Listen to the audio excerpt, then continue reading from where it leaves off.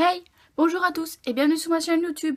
On se retrouve aujourd'hui pour un update lecture. Donc j'ai de nouveau 5 livres à vous présenter. Vous voyez, comme je disais, c'est selon en fait ce que je lis. Donc là, ça sera de fin mars jusque là le 13. Parce qu'on est le 13 quand je filme. Donc il y a 5 livres à vous présenter qui font tous à peu près 400 pages. À peu près parce qu'il y en a un est tout petit. Voilà. Donc fin mars, j'ai lu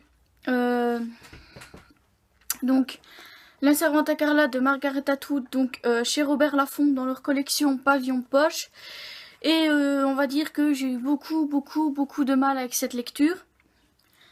Pour la simple raison en fait que j'ai eu du mal à accrocher à l'univers. Parce que je sais que c'est quand même de la science-fiction. C'est pas ce que je lis le plus. Comme tout ce qui est dystopie, fantastique, romance, ça va. Mais la science-fiction, en fait, j'en lis pas du tout, pour ainsi dire. C'était le premier. Et j'avoue que c'est quand même un peu... que c'est vraiment pas du tout...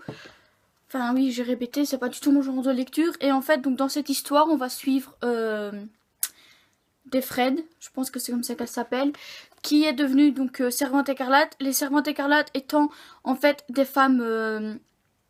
fertile parce qu'il s'est produit quelque chose avec la pollution qui ont rendu la plupart des femmes stériles et les femmes fertiles, donc qui peuvent avoir des enfants, en fait elles sont habillées tout de rouge et elles servent en fait à femmes porteuses, on va dire ça comme ça. Voilà, elles servent de femmes porteuses donc pour un couple, en général des hauts placés, donc le commandant et la femme du commandant. Donc, il y a plusieurs commandants, hein, donc voilà. Et donc Defred est une servante écarlate parce qu'elle avait déjà eu une fille avant la réforme de la loi et tout. Donc voilà, excusez-moi, j'éteignais juste la télé.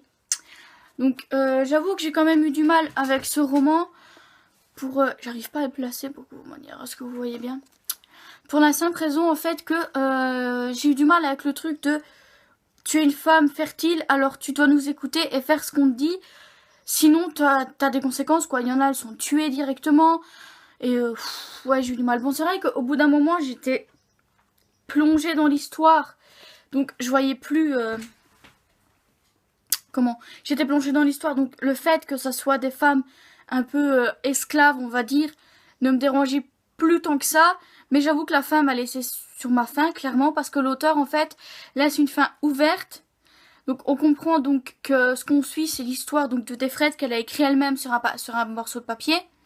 Mais en fait, dans le livre, l'auteur ne nous explique pas en fait ce que Defred est devenu après. Donc après la fin du roman, je vais pas vous raconter. Et c'est ça en fait qui m'a un peu dérangée, c'est que moi je voulais une fin concrète.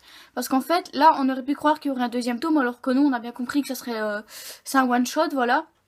Et j'aurais aimé en fait découvrir ce qu'est devenu Defred ou même toutes les Servantes écarlates en fait, en gros, plus loin dans le futur encore en fait. Et j'avoue qu'on pourrait se poser des questions quand même par rapport à cette lecture pour savoir est-ce que ça, ce qui se passe dans le livre, ça pourrait se produire avec la pollution, le réchauffement climatique qui se passe en ce moment et tout. Est-ce que oui, c'est une possibilité ou est-ce que non, c'est de la pure science-fiction et ça ne se produira jamais. J'avoue que je me suis posé des questions pour savoir si dans un futur proche ou éloigné, est-ce que nous, on devrait pas aussi choisir entre travailler en tant que... Voilà quoi, être servante écarlate. Voilà, on va appeler ça tel que c'est dit dedans. Hein. Être servante écarlate pour un couple, donc devoir porter un enfant auquel on peut pas s'attacher, on peut pas donner de sentiments, on peut pas donner de nous, rien du tout, en sachant que ça tombe, ce sera même pas un vrai enfant, parce qu'il faut savoir que dedans, il n'y a pas que les femmes qui ont été touchées par la pollution, mais il y a également les hommes. Donc parfois en fait l'enfant c'est pas un enfant, il manque un œil ou voilà, des fois il est déformé et quand ils sont déformés ils sont tués tout simplement. Bonjour le chien, vous voyez sa petite tête venir.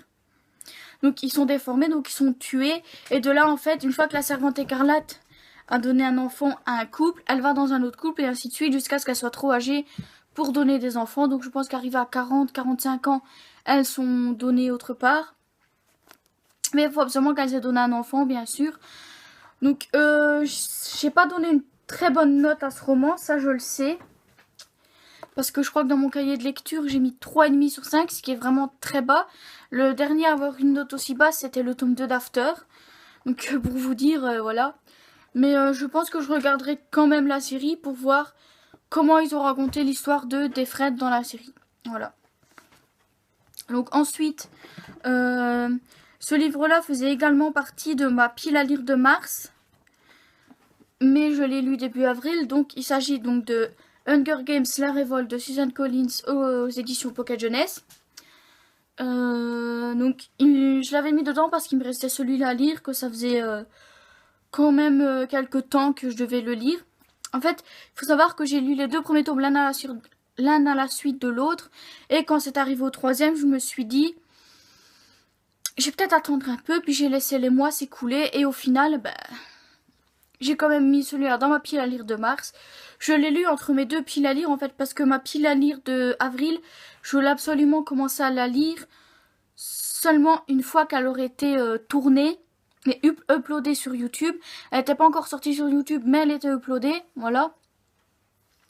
Donc je l'ai filmé le mardi, elle est sortie le dimanche, donc à partir du mercredi, j'ai pu me plonger dedans. Enfin, il fallait que je termine celui-là avant. Et donc dans cette histoire, on va toujours suivre... je pense que j'ai peur de spoiler en fait en disant ce qu'on va faire.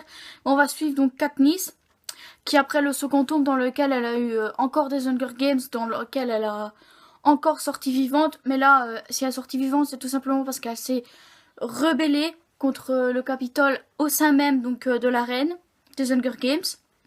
Avec Pita et d'autres gagnants aussi. Sachant qu'il n'y a que elle et un autre gagnant qui se sont retrouvés donc dans le district 13. Et les autres ont été kidnappés. Je vais appeler ça comme ça. Ont été kidnappés par le Capitole, donc par Snow, le président Snow. Nina! Oui, c'est pas grave. Et donc de là, elle va devenir le Gémeaux-Cœur, donc le symbole de la révolte. Et dans ce tome-là, on va la suivre tout au long de la révolte. Et en fait, avec ce tome, j'ai eu le même problème que dans le 3e film, c'est-à-dire que la fin, elle m'a carrément saoulée. En fait, faut savoir que c'est exactement la même fin que dans le film. Ça, en fait, c'est pas que je m'y attendais, mais c'est qu'on m'avait dit que c'était pas non plus une copie conforme du film. Mais en fait, si, c'est totalement une copie conforme du film, en fait, de la fin.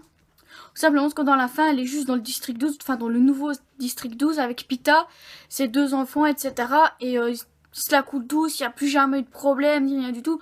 Alors oui, je suis d'accord, tout le temps des problèmes, ça serait pas non plus gay, mais c'est une fin que je trouve trop cucul la praline, on va dire, trop gnangnan, comparé à ce qu'elle a vécu pendant 3 tomes. Et c'est ça en fait qui m'a énervé, c'est que c'est trop une fin genre conte de fées. Alors qu'on est d'accord, c'est pas une histoire de conte de fées, quoi, c'est quand même un truc dystopique. Où on a été obligé d'instaurer des Hunger Games pour pas qu'il y ait trop d'enfants et tout.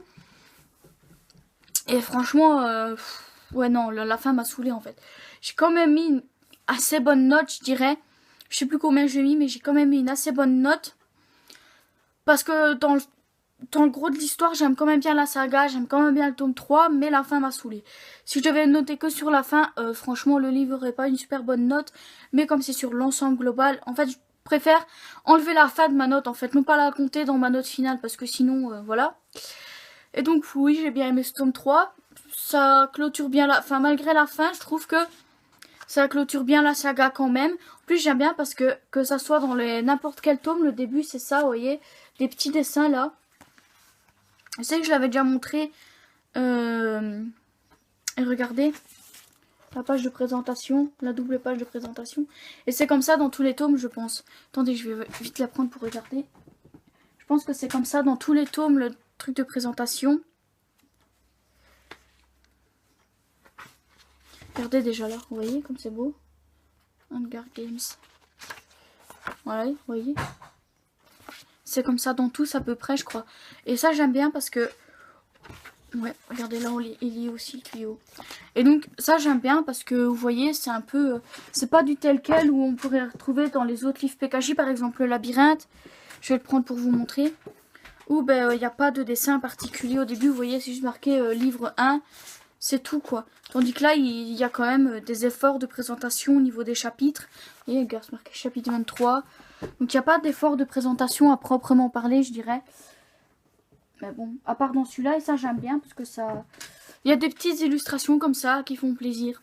Donc, voilà. Donc ensuite, je sais plus lequel j'ai lu en premier, mais je les ai lus l'un après l'autre. Donc je vais vous présenter comme je les ai préparés. Donc ensuite, on passe donc à ma pile à lire du mois d'avril. Donc j'ai déjà lu 3 livres de ma pile à lire sur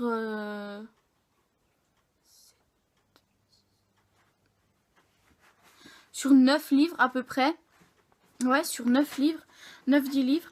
Donc il s'agit donc de Carnet noir de Stephen King. Donc dans ce tome-là, on va toujours retrouver Bill Hodge, mais cette fois-ci 4 ans après l'histoire donc de Monsieur Mercedes.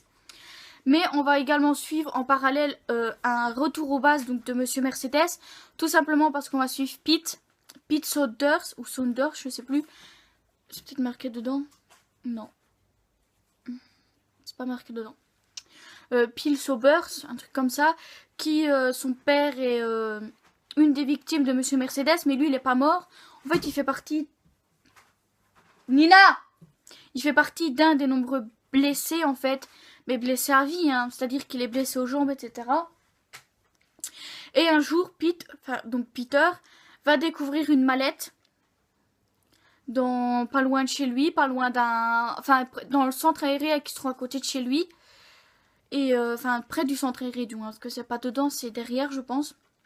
Et donc il va découvrir dedans donc des carnets, de l'argent, il va pas savoir d'où ça vient, mais il va utiliser l'argent pour venir en aide à sa famille. Et donc quand on lit l'histoire, on sait d'où provient la mallette, on sait d'où vient l'argent dans la mallette, mais lui Peter ne le découvre qu'à la fin. Et donc c'est quand il le découvre en fait que là il comprend que c'est pas qu'il le découvre, c'est qu'il va essayer donc une fois l'argent épuisé, il va vouloir absolument revendre les carnets parce qu'il sait que donc ils appartiennent à John Rothstein, je sais pas comment on dit, qui s'est fait assassiner donc par je sais plus comment il s'appelle le mec, voilà, par Maurice Bellamy pour justement les carnets parce qu'il avait mis fin à une saga, donc la trilogie de Jimmy Gold. Et donc Maurice, n'étant pas content, a assassiné John Rothstein. Et donc de là, en fait, mais lui en fait, Pete ne savait pas que, il savait qu'il avait assassiné, mais il savait pas que l'argent, c'était de l'argent volé à John. Et sans vouloir revendre les carnets, qu'on va vraiment rentrer dans le vif du sujet, qu'on va voir les problèmes qu'il va avoir, etc.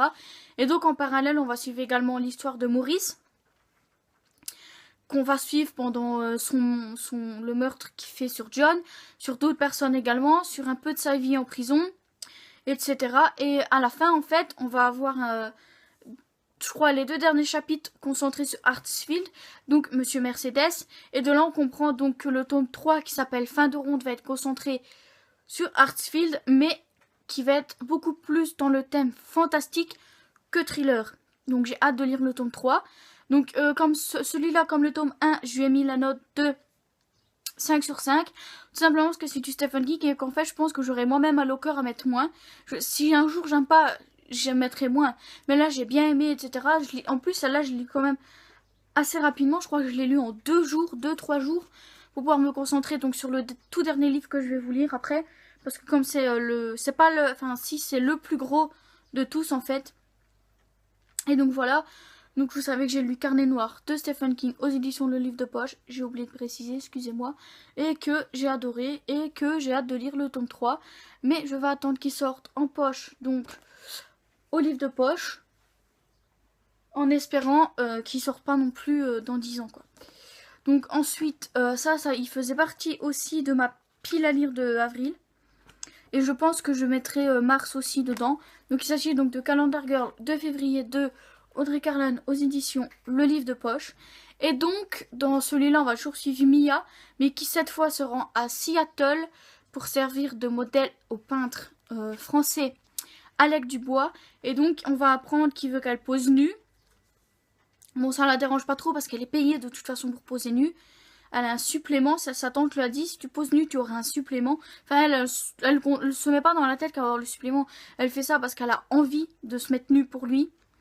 Et en fait, à travers ses peintures, il va lui apprendre à se voir autrement que comme elle se voit. Il va l'apprendre à aimer son corps, à aimer ses quelques formes, etc. À s'aimer tout simplement. Et c'est ça en fait que j'aime bien dans ce livre-là, c'est que c'est totalement différent du premier tome déjà. Parce que oui, on a quelques petites références à Wes. Mais, attendez. Qu'est-ce que tu fais? Ça va?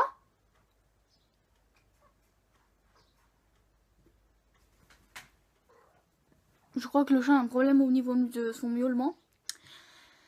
Et donc, grâce à Alec, elle va apprendre à se voir autrement, surtout.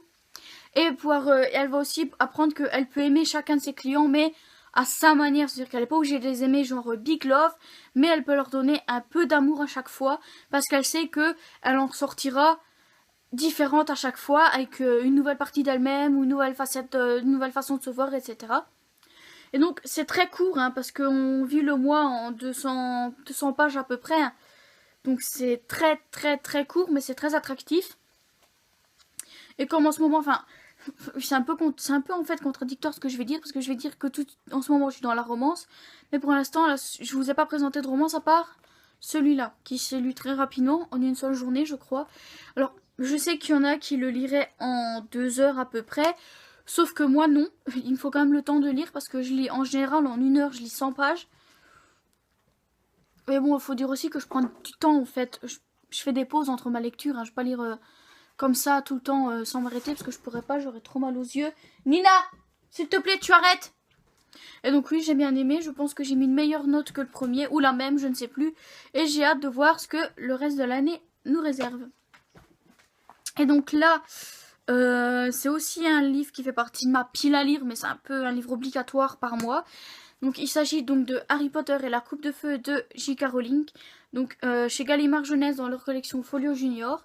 Et quand je vais vous montrer, en fait le dos est super souple. Donc en fait j'ai plusieurs fois eu peur de casser le dos parce que je voulais absolument pas casser le dos. Je déteste casser le dos de mes livres. Mais bon, celui-là je l'ai terminé là début d'après-midi pour vous dire. Donc au début, je devais pas le présenter dans mon objet de lecture, mais comme je l'ai terminé avant de filmer, ben je le mets dedans. Et donc, dans ce tome-là, on va suivre Harry qui va faire son entrée dans sa 4e année à Poudlard. Mais juste avant son entrée à Poudlard, on va le suivre donc à la Coupe du Monde, où de là, il va déjà se passer quelque chose en rapport avec Voldemort. Donc, pour ceux qui se souviennent, c'est une attaque de mange-mort à la Coupe du Monde et la marque des ténèbres qui apparaît dans le ciel. Et donc de là, en arrivant à Poudlard, il va découvrir donc que cette année à Poudlard, il y a la coupe de feu. Et que donc comme il y a la coupe de feu, il n'y a pas de coupe de Quidditch, il n'y a pas de coupe des 4 maisons. Rien du tout, il y a juste le tournoi des 3 sorciers, enfin des 4.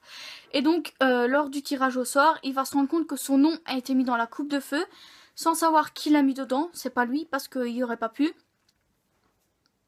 Donc de là, il va participer à la première épreuve, la deuxième, la troisième. Et on sait tous qu'à la fin, en fait, il va voir devant lui Voldemort renaître, on va dire, redevenir comme il était avant. Je vais pas dire au sommet de sa puissance, mais presque quand même.